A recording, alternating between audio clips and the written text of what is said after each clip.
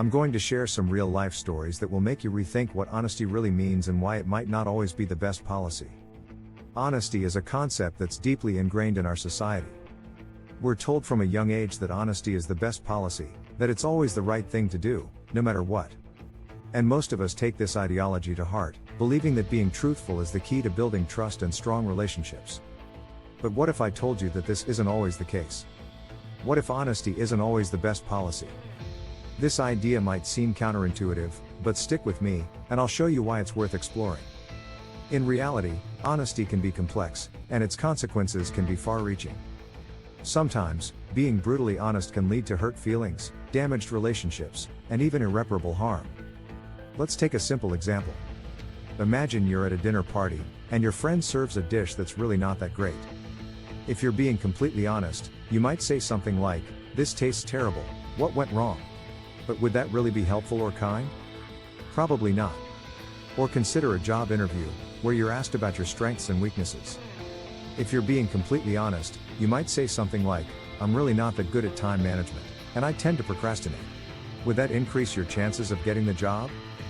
Probably not. In fact, honesty can sometimes be used as a weapon, a way to hurt or manipulate others. Think about how often we've all been guilty of saying something honest that was really just a masked insult. Meanwhile, dishonesty can sometimes be necessary for survival. Think about whistleblowers, who often have to conceal their identities to avoid retaliation. Or spies, who have to deceive others to gather crucial information. In the military, soldiers are often trained to withhold information or even lie to protect their comrades or complete their missions. Is that still honesty as the best policy? Of course, there are also cultural and societal expectations to consider. In some cultures, direct honesty is valued above all else, while in others, tact and diplomacy are considered more important. In Japan, for example, the concept of hone and tatemi dictates that people should present a polite, diplomatic exterior, even if it means hiding their true feelings. Is that dishonesty, or just good manners? Philosophers have also weighed in on the concept of honesty, with some arguing that it's a moral absolute, while others believe it's a nuanced and context-dependent value. Meanwhile, in our personal lives, we all have our own views on honesty, shaped by our experiences, values, and upbringing. Some of us prioritize brutal honesty, while others prefer tact and empathy. But what about the situations where honesty can be damaging, even traumatic? Think about a doctor who has to deliver a devastating diagnosis to a patient. Should they be brutally honest, or soften the blow with empathy and compassion? Or consider a romantic relationship, where honesty can sometimes be used as a tool for control or manipulation. Is honesty really the best policy in those situations? As we delve deeper into the complexities of honesty, it's clear that it's not always a straightforward virtue. In fact, sometimes honesty can be downright destructive.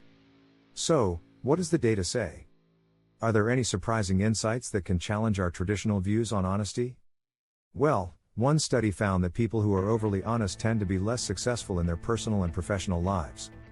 Another study showed that empathy and tact are more important than honesty in building strong relationships. In fact, research suggests that honesty is not always the most valued trait in our society.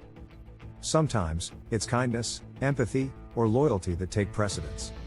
So, what does this mean for our views on honesty? Should we still strive to be completely truthful, no matter what the cost? Or should we adapt our approach, taking into account the complexities and nuances of each situation? As we conclude this exploration of honesty, it's clear that it's not always the ultimate policy. Sometimes, it's necessary to balance honesty with empathy, tact, and compassion. Ultimately, the key is to be aware of our motivations and the consequences of our words. To think critically about when honesty is truly the best policy, and when it's not. So, what do you think? Do you believe honesty is always the best policy, or do you think there are situations where it's better to withhold the truth or tactfully phrase our words?